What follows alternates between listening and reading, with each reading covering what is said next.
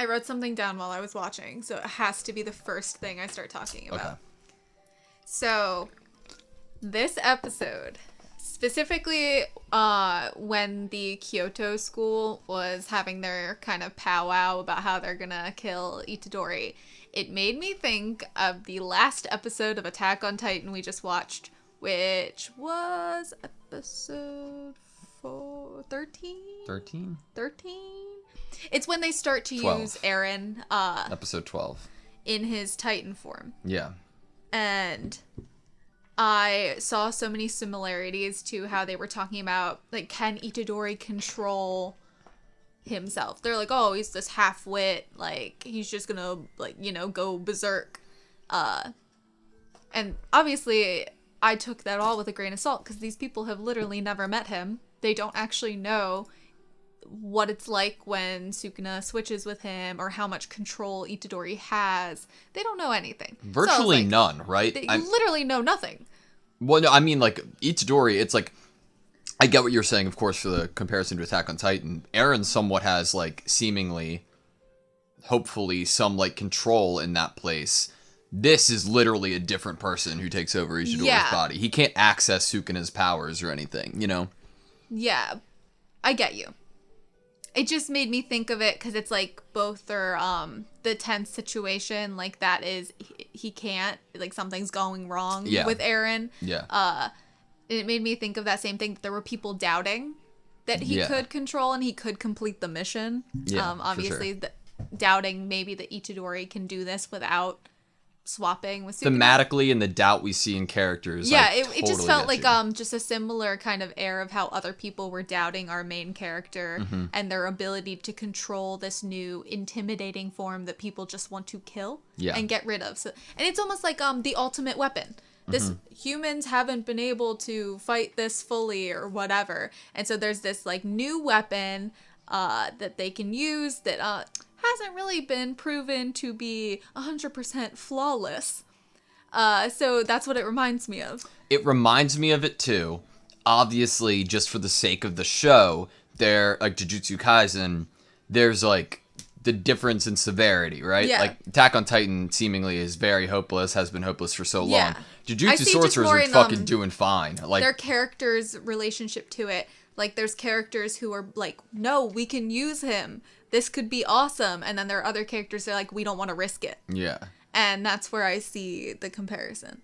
I think at the moment, the only person who's like, we could use him is Gojo. Really? I think Fushiguro thinks so. I think Fushiguro loves Itadori. I don't think he's thinking about the fact that he could be used as Sukuna's vessel. I don't know. He has so much faith in him. He even said that to everyone. Like, in him. He's not referring to Sukuna and Itadori. Together. It's not a nine-tailed fox Naruto You're right. power that he can access.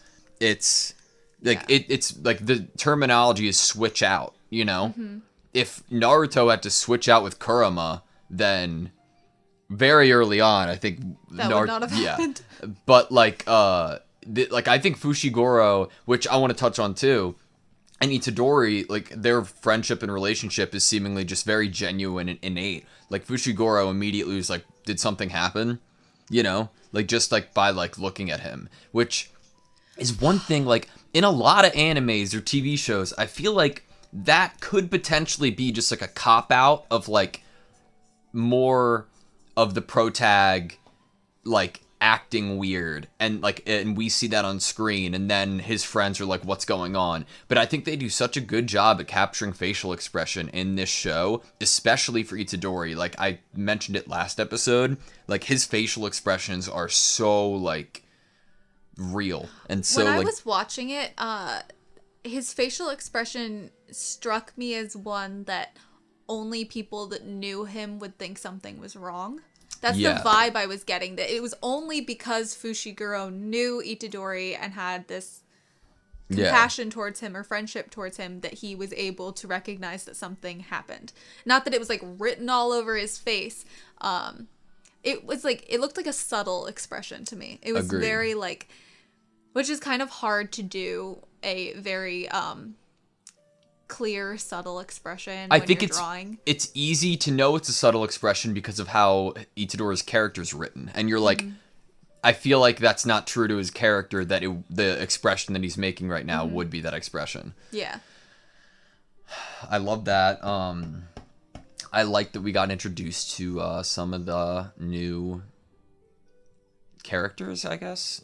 Yeah, some of them are really cute. Yeah. I think one of them was Momo. She looked like a little witch. Yeah. She was adorable, and I cannot wait to see what she's like, what her techniques are like. I just gotta say, I'm such a fan of this, of the students at our school, the school we're backing right now, you know, like how willing the upperclassmen were to just accept Itadori, even though they've never really gotten time with him, or to trust him or like him as a friend. Yeah. I think they've had so much time with Fushiguro and Nobara, especially when they were grieving, to understand that Itadori was like a pretty special person. Yeah.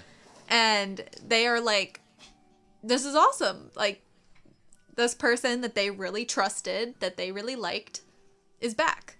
And we're going to trust them too. We're going to, like, hope that this person is strong and capable and also trustworthy. And I just love the energy that they have. It's so wholesome. It's interesting because the other school seems to have this slightly different energy. Like, there's some characters that are kind of, like, selfish. Like, I'm going to do what I want to do, or I have a vendetta. And so I'm going to specifically go after this person. But I feel like our school's a little more like, you want to go after that person because they did something to you, then I'm going to help you. Like, they're more like together as a team, it seems like. So I don't really know how this event is going to go because they're talking about all of the Kyoto students joining together to kill Itadori. And they're already worried that Todo is going to somehow do a disservice to this mission. I mean, he seems like he has his own agenda, right? Right. He's not going to come together with their kind of plan. So it's interesting that they seem a little more divided with their own plans, their own wants. Yeah. And less like a team, like, we're going to win this game together. I mean, mainly, it seems like they are trying to get, like, other than Todo, their mission done, right? I obviously, Miwa, which is the blue-haired, she isn't wanting to do this for whatever reason she has.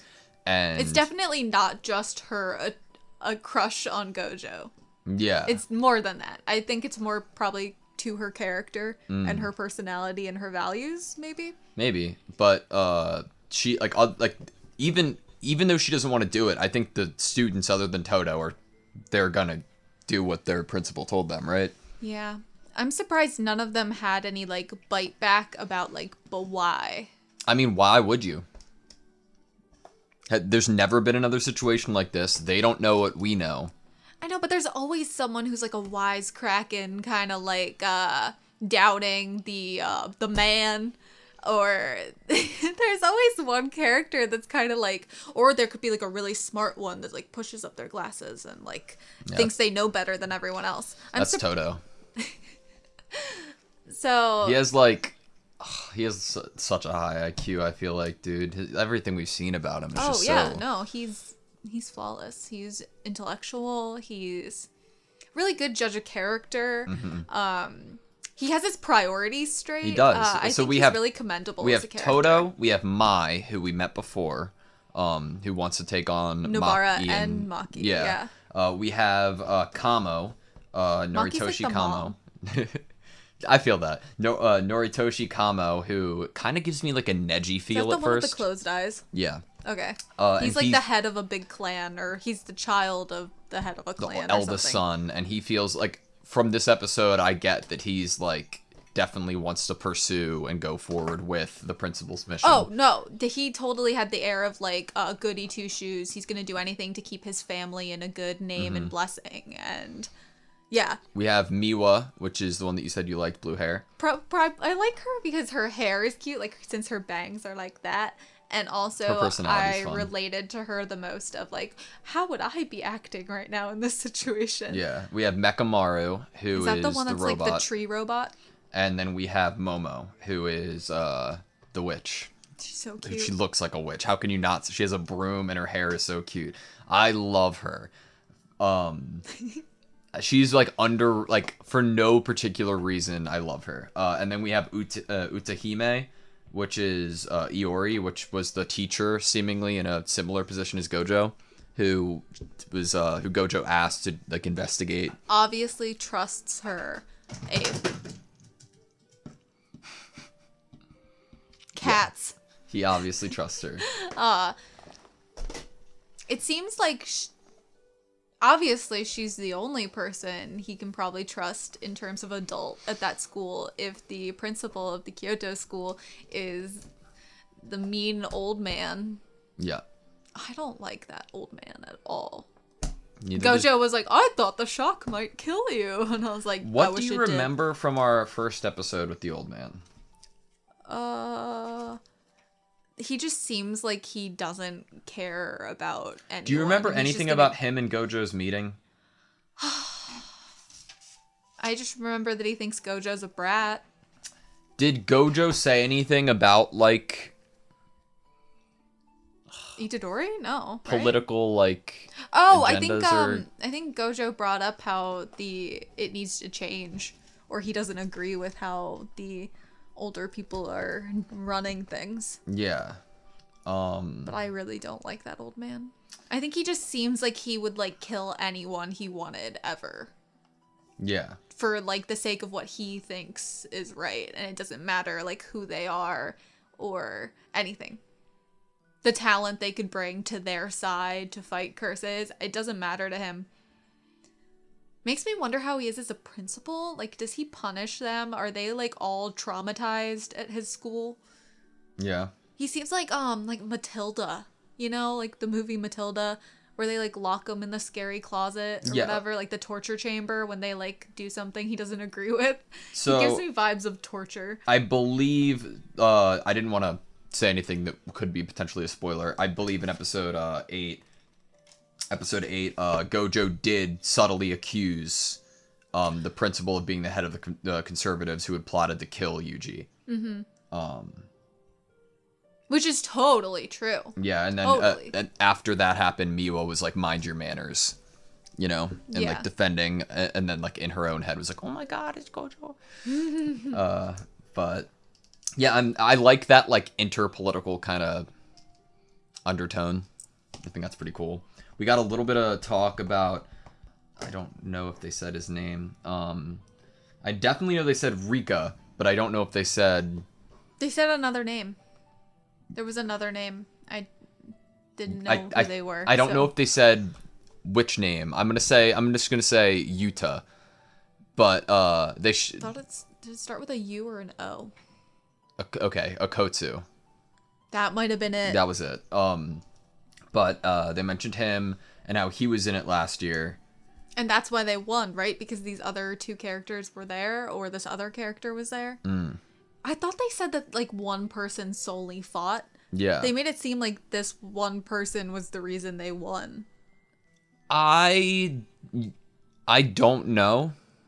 Because I don't know the answer. They never show you a flashback of what that other exchange event was like. I don't know. I'm trying to... Okay. At this point in the series, I learned that the mangaka for Jujutsu Kaisen wrote a story before Jujutsu Kaisen, and his main character was Yuta Okotsu. And then after that, Jujutsu Kaisen happened, and this story happened. That is all that I knew at this point. And I don't think that is at all a spoiler. I think that you can try to imply story dots, but I don't think anything would be anywhere close to correct, and I don't think we would have any information to give us a direction with that. I've been, like, debating this forever, if I mentioned that or not, but I don't think that that's at all a spoiler. And I think that it's interesting since that character was brought up here, and it's cool that they kept it in universe, I guess. Makes me want to know if we're going to meet that character. I mean, obviously, I was wondering when they mentioned these really strong upperclassmen if we were going to meet them. Because I'm pretty sure Gojo mentioned a few people a few students that he thought were going to end up being, like, top tier. If you were a mangaka, if I was a mangaka, I wouldn't. Right? You wouldn't introduce that character. That character that you already wrote a whole story about? Or put that emphasis on at one point, potentially. I would, so that I could do a spin-off. Maybe. I just mean into this story. Like in a significant way, at least. Maybe not a significant way, but I would at least give them, like, a guest appearance. By the way, I've seen the first season of the show, as in Anna Reacts, and then I know... Sachi. Then I know a little bit about a manga part, but it has nothing to do with what I am saying to you about the previous work. So I am in the dark when it comes to that, and I don't know what it's about. But other than that, I really enjoyed this episode. It felt like it was setting things up, you know. I have a question before we end our discussion. Yes. And you can answer it because it is something that Mihito said, but we might need to go back. He said that there was a way he could have done something to Junpei where he could have been saved. Or I believe... And I couldn't remember if it was like a certain technique with a certain name that he has so that he could have done differently. I'm going to go back and double check, but I believe he was trying to say that he wanted to do something to... Close your eyes. He wanted to try to do something where it wasn't a transfiguration, but more of a physical, like a wound kind of thing, because I think it's implied that that Sukuna can heal wounds. So it might have been something that Sukuna could have actually healed as opposed to a transfiguration. I wonder if that's going to be like a foreshadowing of him testing that sort of thing out. I mean, on a different person that Itadori would want to save. I mean, what happened next was Geto saying he didn't think that would work, correct? That's true, but I mean, I think Mahito's young enough that he probably wants to try a bunch of things. Here you go. Maybe I should have just given that thing a lethal wound. Yeah. That thing. Like he should have just kept Junpei in his human form. And then hurt him. Non-transfigured. Killed him with something that could or hurt him with something that could probably kill him and within, who knows, a couple minutes. Yeah. Interesting. Yeah. I don't think it would have happened differently. I agree with Geto there. That I don't think that would have pushed any sort of new forming of a pact. Agreed. I think Sukuna's pretty chill with the current situation he's in. He's kind of like, I have time. I'm going to see.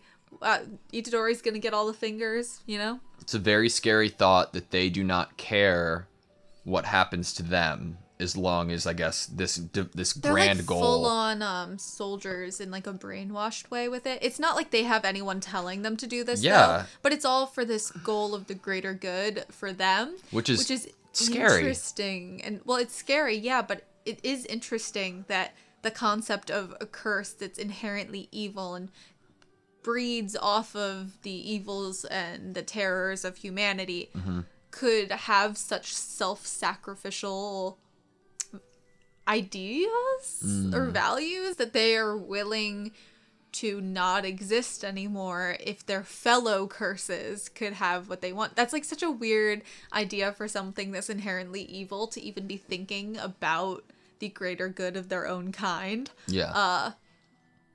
Which, like, gave them more, like, a human kind of tone to them. And, like, maybe they're not, like, fully 100% the embodiment of evil. But, like, they obviously are. Like, that's the concept. That's what curses are.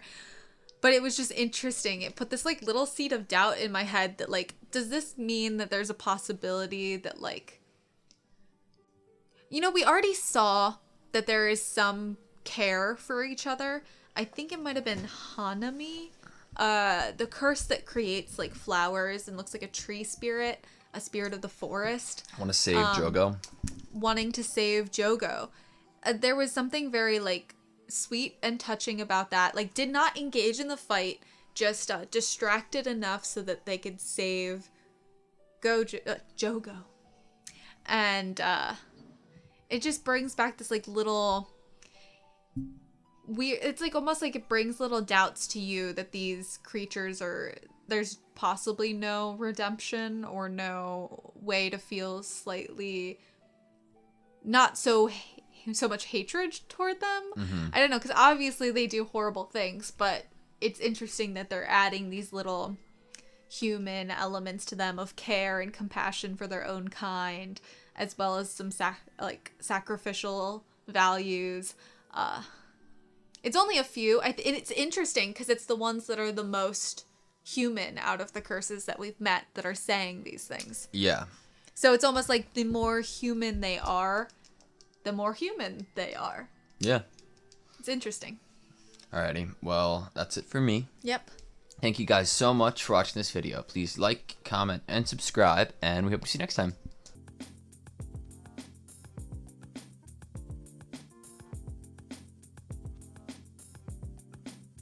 The concept of a curse that's inherently evil and breeds off of the evils and the terrors of humanity could have such self-sacrificial ideas or values. The concept of a curse that's inherently evil and breeds off of the evils and the terrors of humanity could have such self-sacrificial ideas or values.